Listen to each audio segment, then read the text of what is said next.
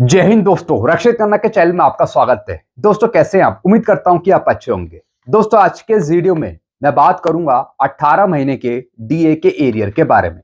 जैसा आपको पता है, अभी तक केंद्र सरकार ने 18 महीने का डीए का एरियर नहीं दिया पेंशनर्स को या फिर सरकारी कर्मचारियों को।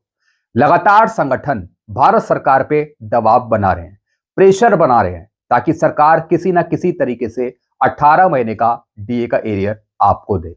लेकिन सरकार भी हमेशा से मना करती आई है कि 18 महीने का डीए का एरियर नहीं दिया जा सकता। जो 18 महीने का डीए का एरियर है वो देना व्यवहार्य नहीं समझा गया है। ऐसा केंद्र सरकार लिखित में जवाब देती है और संसद में भी जवाब देती आई है। लेकिन दोस्तों अगर मैं दूसरी तरफ बात करूं राज्य की सरकार की, तो राज्य की सरकार अपने राज्य के कर्मचारियों के लिए या फिर पेंशनर्स के लिए सही फैसले लेते आई है। ऐसे दोस्तों एक राज्य की सरकार है जो आगे चलकर अपने राज्य के पेंशनर्स को, कर्मचारियों को डीए का एरियर देगी, वो भी टोटल एरियर का 25%। जी हां दोस्तों, सुप्रीम कोर्ट ने फैसले को रिजर्व कर लिया है। जी हां दोस्तों, एक फैसला है उसे रिजर्व कर लिया है। आगे चलकर सुप्रीम कोर्ट उस फैसले को डिस्क्लोज कर देगी और आगे चलकर राज्य की सरकार के पेंशनर्स को या फिर कर्मचारियों को डीए का एरियर मिलेगा, टोटल एरियर का 25%। जी हां दोस्तों, यह मामला जुड़ा है पश्चिम बंगाल की सरकार का। जी हां दोस्तों, कोलकाता हाई कोर्ट ने पहले एक फैसला सुनाया था जिसमें कोलकाता हाई कोर्ट ने कहा था कि पेंशनर्स और कर्मचारियों को एरियर दिया जाए, बकाया एरियर दिया जाए, टोटल एरियर का 25%। लेकिन दोस्तों पश्चिम बंगाल की सरकार कोलकाता हाई कोर्ट के फैसले के अगेंस्ट जाकर सुप्रीम कोर्ट में केस किया। जी हां दोस्तों, तो सुप्रीम कोर्ट का फैसला अभी रिजर्व है। आगे चलकर राज्य के सरकार के पेंशनर्स कर्मचारियों को एरियर मिलेगा, बकाया मिलेगा, वो भी टोटल एरियर का 25%। क्या है पूरी कहानी, क्या है पूरा फैसला, सारी जानकारी मैं आपको दूंगा। जिस तरीके से राज्य के कर्मचारियों को, पेंशनर्स को डीए का एरियर मिलेगा आगे चलकर टोटल एरियर का 25%, ठीक इसी तरीके से जो केंद्र सरकार के पेंशनर्स हैं, कर्मचारी हैं, उनको भी डीए का एरियर मिल सकता है आगे, अगर सुप्रीम कोर्ट चाहे। जी हां दोस्तों, सुप्रीम कोर्ट का फैसला आएगा तभी डीए का एरियर मिल सकता है 18 महीने का। ये सारी जानकारी मैं आपको दूंगा। जैसे कि दोस्तों आप पीछे थंबनेल में देख रहे हैं, 18 महीने डीए का एरियर 25% मिलेगा।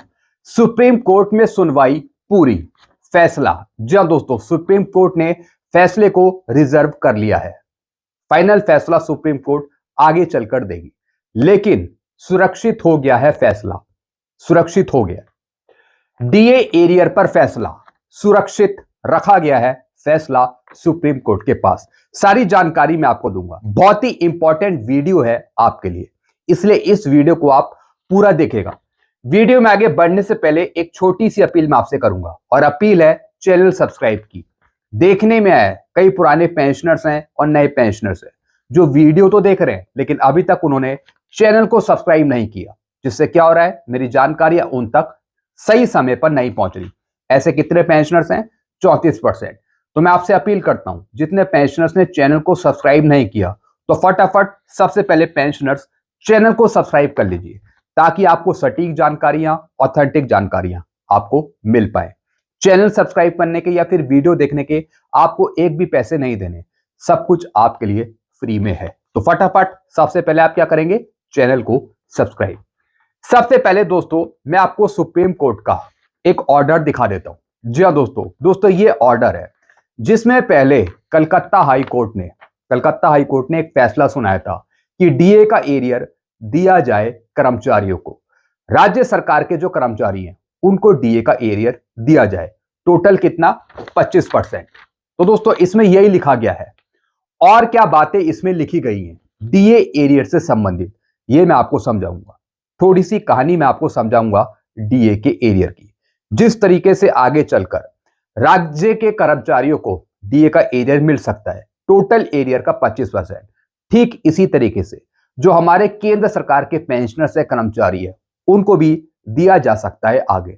लेकिन सरकार पे प्रेशर बनाना पड़ेगा, सुप्रीम कोर्ट का आदेश चाहिए होगा, तब दोस्तों मिल पाएगा।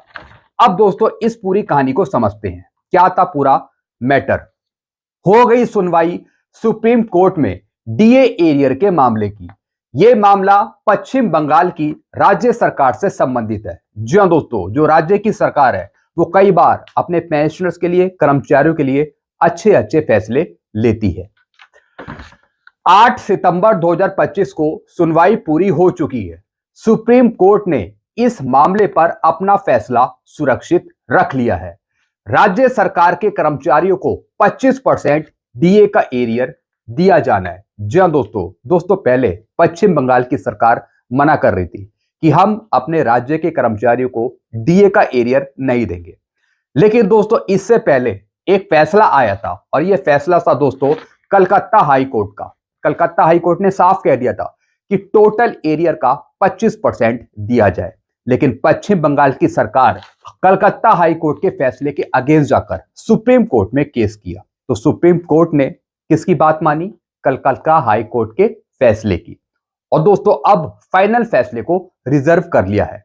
इससे पहले कलकत्ता हाई कोर्ट ने राज्य सरकार को 2009 से बकाया डीए का भुगतान करने का निर्देश दिया था। जी हां दोस्तों, कलकत्ता हाई कोर्ट ने साफ कह दिया था पश्चिम बंगाल की सरकार को कि आप अपने कर्मचारियों को टोटल एरियर का 25% बकाया दीजिए, एरियर दीजिए। लेकिन पश्चिम बंगाल की सरकार ने नहीं सुना और पश्चिम बंगाल की सरकार कलकत्ता हाई कोर्ट के फैसले के अगेंस्ट जाकर सुप्रीम कोर्ट में केस दायर कर दिया। पश्चिम बंगाल की सरकार ने कलकत्ता हाई कोर्ट के फैसले के विरुद्ध सुप्रीम कोर्ट में अपील की थी। सुप्रीम कोर्ट ने कलकत्ता हाई कोर्ट के फैसले को बरकरार रखा है। जी हां दोस्तों, जो पहले कलकत्ता हाई कोर्ट का फैसला आया था तो वही फैसले को सुप्रीम कोर्ट ने बरकरार रखा है, वही माना है सुप्रीम कोर्ट ने। 16 मई 2025 को सुप्रीम कोर्ट ने अंतरिम आदेश में सरकार को 3 महीने के अंदर डीए एरियर का 25% भुगतान करने को कहा। जी हां दोस्तों, इससे पहले दोस्तों एक सुनवाई हुई थी 16 मई 2025 को, जिसमें सुप्रीम कोर्ट ने अंतरिम आदेश में सरकार को 3 महीने के अंदर डीए एरियर का 25% भुगतान करने को कहा था, जिसमें 3 महीने का समय दिया गया था। हालांकि पश्चिम बंगाल की सरकार ने अभी तक वो एरियर दिया नहीं है, लेकिन उसके बाद भी सुनवाई हुई सुप्रीम कोर्ट में। और दोस्तों ये सुनवाई हुई थी 8 सितंबर 2025 को। जैसे ही सुप्रीम कोर्ट अपना फाइनल आदेश जारी करेगी, वैसे ही पश्चिम बंगाल की सरकार अपने कर्मचारियों को टोटल एरियर का 25% एरियर दे देगी। सितंबर 2025 में सुप्रीम कोर्ट में अंतिम सुनवाई हुई। जैसा मैंने आपको बताया, सितंबर 2025 में एक अंतिम सुनवाई हुई, जहां सरकार की वित्तीय अक्षमता की दलीलों को खारिज करते हुए कोर्ट ने फैसला सुरक्षित रख लिया। जी हां दोस्तों, जो पश्चिम बंगाल की सरकार थी वो कह रही थी कि हम एरियर नहीं दे सकते, एरियर अगर हम देंगे तो हमें आर्थिक हानि होगी या फिर हमें वित्तीय नुकसान होगा। लेकिन दोस्तों कोर्ट ने सभी दलीलों को खारिज करते हुए, पश्चिम बंगाल की सरकार की सभी दलीलों को खारिज करते हुए फैसले को सुरक्षित रख लिया। कोर्ट के इस कदम से कर्मचारियों को उम्मीद जगी है कि उन्हें जल्दी बकाया डीए की राशि मिलेगी। हालांकि अंतिम फैसला अभी आना बाकी है। जी हां दोस्तों, फैसले को सुरक्षित रख लिया गया है सुप्रीम कोर्ट के द्वारा।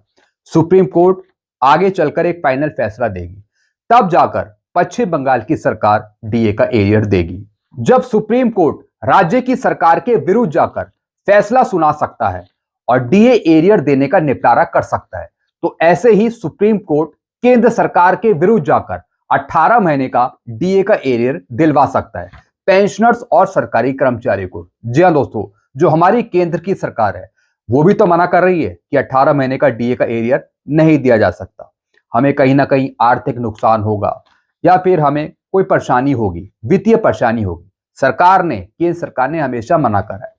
लेकिन दोस्तों जो केंद्र सरकार है इसके विरुद्ध सुप्रीम कोर्ट जा सकता है।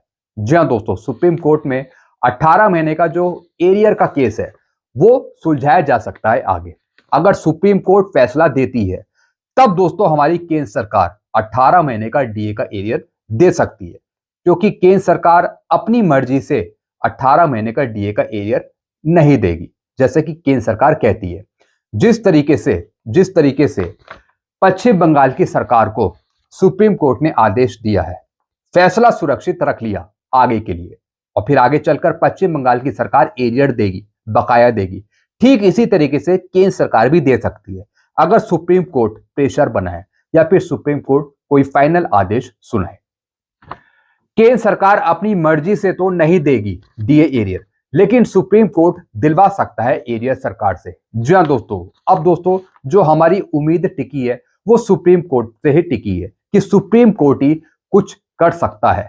सुप्रीम कोर्ट से ही हमें आगे चलकर कोई फाइनल फैसला देखने को मिल सकता है, जिससे केंद्र सरकार पे प्रेशर बने और हमें 18 महीने का डीए का एरियर मिल जाए, जिस तरीके से राज्य के कर्मचारियों को मिलेगा आगे चलकर सुप्रीम कोर्ट के फैसले से। तो दोस्तों ये मैंने आपको कुछ लेटेस्ट जानकारी दी थी डीए के एरियर के बारे में। बाकी आपका विचार क्या है, आपके अपने सुझाव क्या हैं, जरा कमेंट में आप जरूर बताइएगा।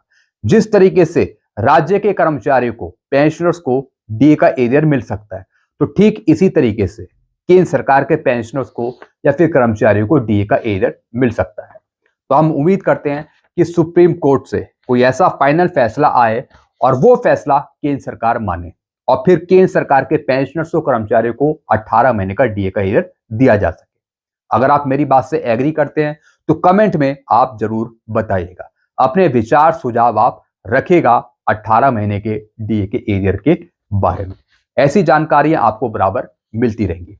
तो सारी जानकारियां पाने के लिए आप चैनल से जुड़ सकते हैं, चैनल को सब्सक्राइब कर सकते हैं। चैनल का नाम है Rakshit Khanna. Thank you so much.